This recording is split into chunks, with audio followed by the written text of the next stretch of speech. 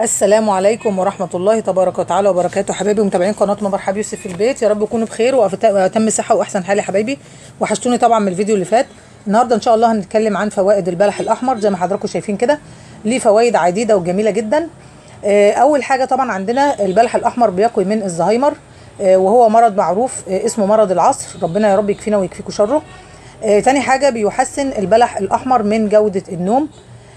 كمان تالت حاجة إن البلح الأحمر بيمد الجسم بالطاقة، وذلك بسبب وجود السكريات داخل البلح الأحمر. كمان من رحمة الله تبارك وتعالى أن وضع لنا في البلح الأحمر مقويات تبعد عننا الأنيميا.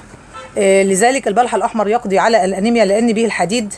الحديد هذا يساعد على إنتاج الهيموجلوبين في الدم. البلح الأحمر كمان مضاد جيد جدا للسرطان، لأنه يحتوي على نسبة عالية من مضادات الأكسدة.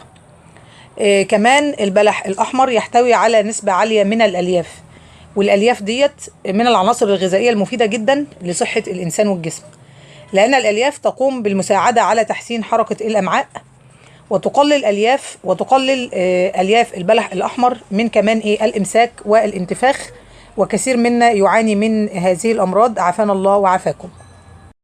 اللي وصل معايا لحد هنا في الفيديو من فضلكم ما ينسانيش بالاشتراك واللايك والشير، وإن كنت حضرتك جديدة في القناة يسعدني ويشرفني إن حضرتك تتابعيني. نكمل بقى فوائد البلح بتاعنا. بيكافح الشوارد الحرة، البلح الأحمر يكافح الشوارد الحرة داخل جسم الإنسان، وهذه الشوارد الحرة والعياذ بالله تسبب تلف الخلايا، وتسبب أيضا والعياذ بالله تلف الحمض النووي، عافانا الله تبارك وتعالى وعافاكم من هذه الأمراض اللعينة. طبعا يا حبايب قلبي ومتابعيني واخواتي، انتوا شايفين قدامكم بقى كفتة وطماطم وحاجات من دي ملهاش علاقة خالص بالبلح الأحمر. انا حبيت اعمل روتين ان حضراتكم تسمعوا فوائد البلح الأحمر وتشوفوا روتين يشجع حضراتكم في المطبخ زي ما انا بعمل كده. هكمل معاكم ان شاء الله بقية فوائد البلح الأحمر بإذن الله. كمان من فوائد البلح الأحمر إنه مفيد لصحة الجهاز الهضمي. وكمان البلح الأحمر من فضل الله تبارك وتعالى علينا بيناسب جدا الرجيم، لأن البلح الأحمر يساعد على الشعور بالشبع. يعني لما ناكل من البلح الأحمر كميات كبيرة هيساعد على الشعور بالشبع، وطبعا ده مفيد للرجيم واللي بيروحوا الجيم أو بيعملوا حمية غذائية داخل المنزل زي حالتنا كده. كمان من فوائد البلح الأحمر إنه بيحد من هشاشة العظام. يعني البلح الأحمر وتناوله بيقضي على هشاشة العظام، لأن البلح الأحمر يحتوي في داخله على الكالسيوم، وأيضا يحتوي على الفوسفور، اللذان يغذيان العظام. ودي يا حبايب قلبي كانت فوائد البلح الأحمر. يا رب تكون عجبتكم واستفدتوا منها. ممكن نشرح لكم بسرعه كده ايه اللي انا عملته في المطبخ. طبعا انا غسلت البلح الاحمر زي ما قلت لحضراتكم، وعملت وصبعت الكفته اللي هي رز وبصل وقليل من البقدونس او الكزبره وملح وفلفل وكمون وكزبره، وكمان شبت.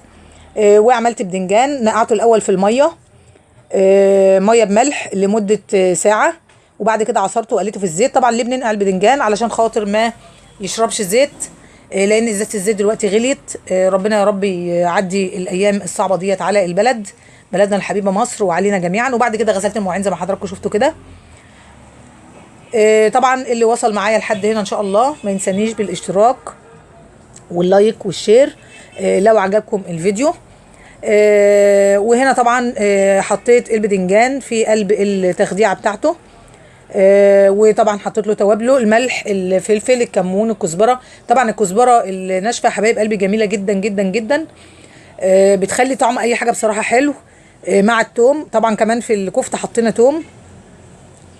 وهنا كنت بعمل قرص بالعجوه. ده كان معايا عباره عن كيلو دقيق نخلته. وطبعا ده روتين محفز، ممكن نحفز حضرتك انك تقومي وتعملي كذا حاجه. ده البلح انا جبته بالبذر، بصراحه ما بحبش البلح المهروس اللي هو العجوه، ما بحبش العجوه المهروسه. جبته بالبذر وبدات ان انا افصصه زي ما حضراتكم شايفين كده، وشلت النوى بتاع البلح كده. ممكن حضرتك تخلي نوى البلح تجمعيه وتغسليه ونعمله ان شاء الله مع بعض في فيديو نشوف هنعمل منه ايه ونستفيد منه. لان نوى البلح بصراحه في فيديوهات كتيره جدا نازله على اليوتيوب عن فوائد نوى البلح واستخداماته. هنا انا بوريكم ان انا جمعت كل البلح والنوى في مكان. استخدمت زيت، استخدمت زبده، في القرص استخدمت سكر. دي كانت المكونات. ده لبن. طبعا هبقى اعمل لكم ان شاء الله فيديو باذن الله عن طريقه عمل القرص بالعجوه. ده ملح. ده طبعا خميره. هو بقيه الفيديو دوت بصراحه انا ما لحقتش ان انا اصوره مع حضراتكم، بس انا اختصرت لكم. هي طلعت القرص اهي، كانت جميله جدا وتحفه. ومره كمان لو عجب حضراتكم الفيديو ما تنسونيش بالاشتراك واللايك والشير.